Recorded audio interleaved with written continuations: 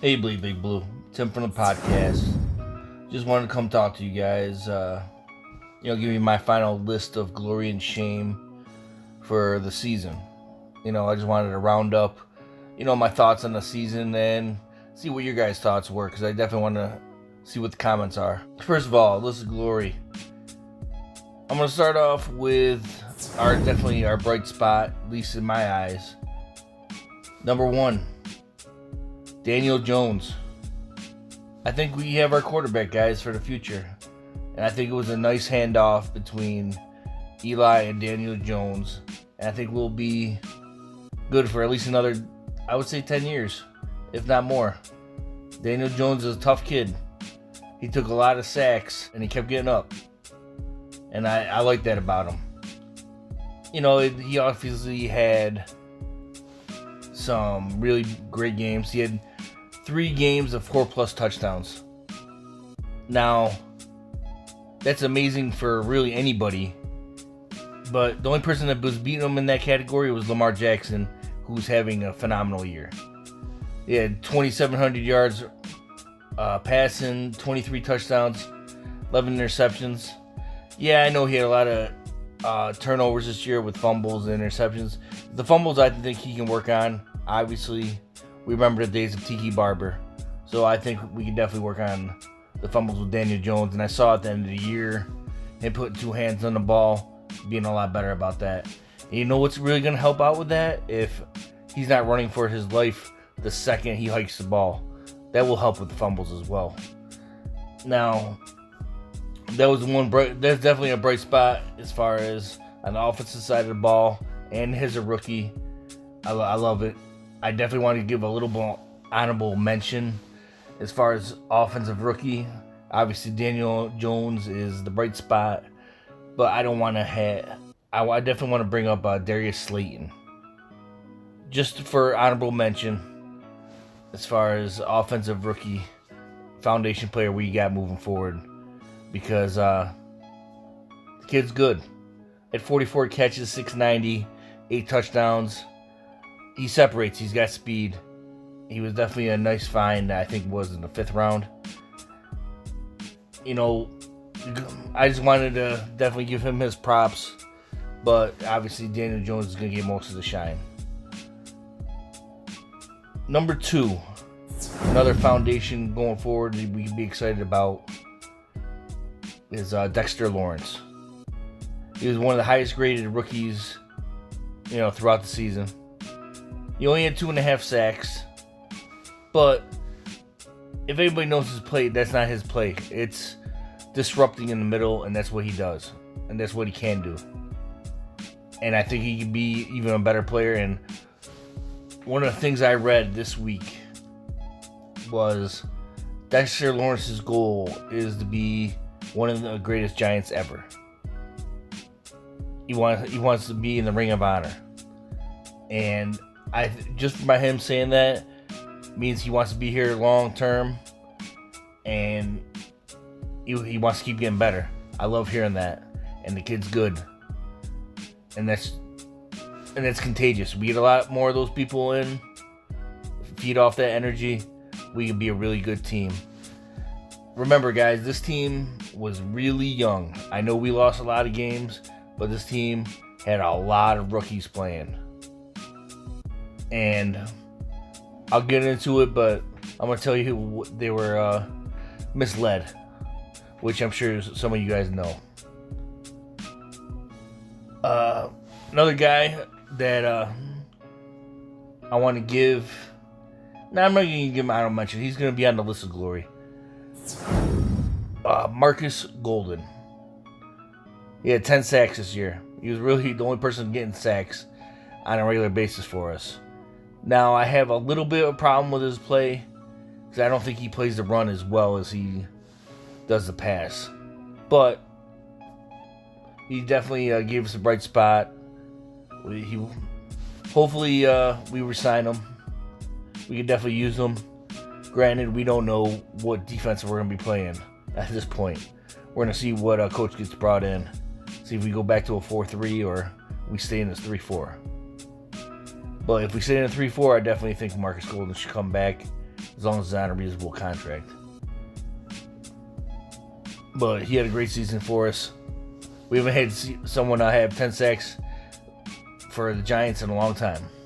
Now, the last one on my list of glory, I gotta bring up a big thank you to Eli Manning. All the years with us, I appreciate it. I appreciate that you never missed a game because of injury. Not once in all the years you played with us. And that'll probably never happen again. That should be more appreciated than anything in your career. You were always there. It really didn't make a difference who your backup was because we knew you were going to be starting and playing the game. Thank you for the Super Bowls. Thank you for being a professional. Thank you for being a class act. And just to top it, put the cherry on top, you were awarded the Bart Starr Award for pretty much that, being a class act on and off the field. So congratulations. Welcome to the list of glory for the last time. And I hope you have a great life outside of the Giants. Now, for the list of shame for the year, this was tough because we had such a horrible season, and I could have picked out a lot of people. The one thing I was going to do was I was going to pick on rookies. Because you know what? It's your first year. You're figuring out how to play. You know what? And it's really on the coaches to develop you and put you in the right positions, and I don't think this coaching staff did that with these rookies. But, let's get right into it. List of shame. Number 1, Anthony Bethea. You're in, your 14th, 15th season? Shame. You were getting toasted left and right. You should not have been even starting. Julian Love should have been playing in your spot, really, since, about week 3. Because you made a couple plays here and there, but more than not, you were getting toasted. And I'd rather have my rookie getting toasted and learning from it than my veteran who's about to retire, who's just holding on, getting burnt. And you're supposed to be a role model for defensive backs. And what are you going to tell somebody when you're not doing your job? So shame on you, Anthony Bethea. Welcome to the list of shame. Speaking of role models, number 2 on my list of shame, Nate Solder. Shame.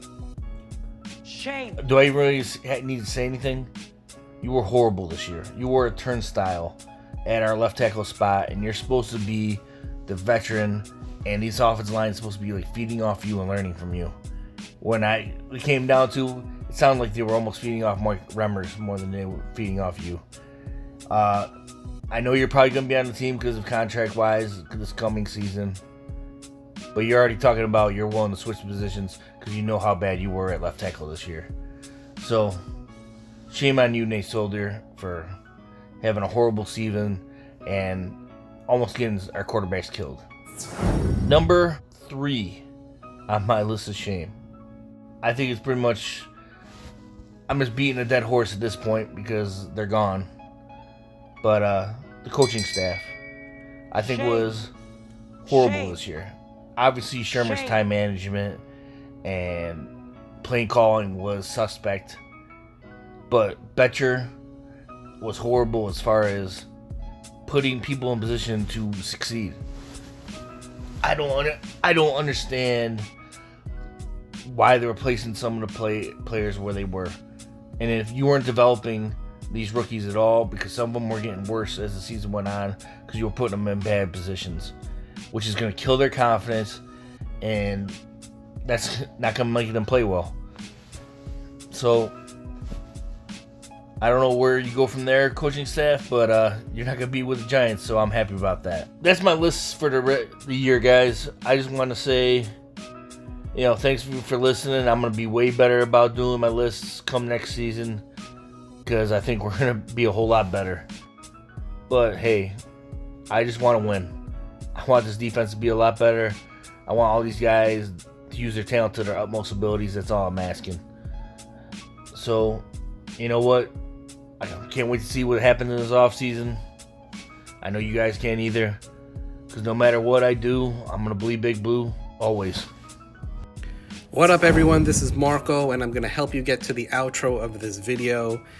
Please let me know what you think down in the comment section below. If you like this video, please give it a thumbs up. And if you want to see more stuff just like this, hit that subscribe button. Turn on notifications. This way, when we go live, you don't miss out on anything. When you ring that bell, the settings should be always, because why not?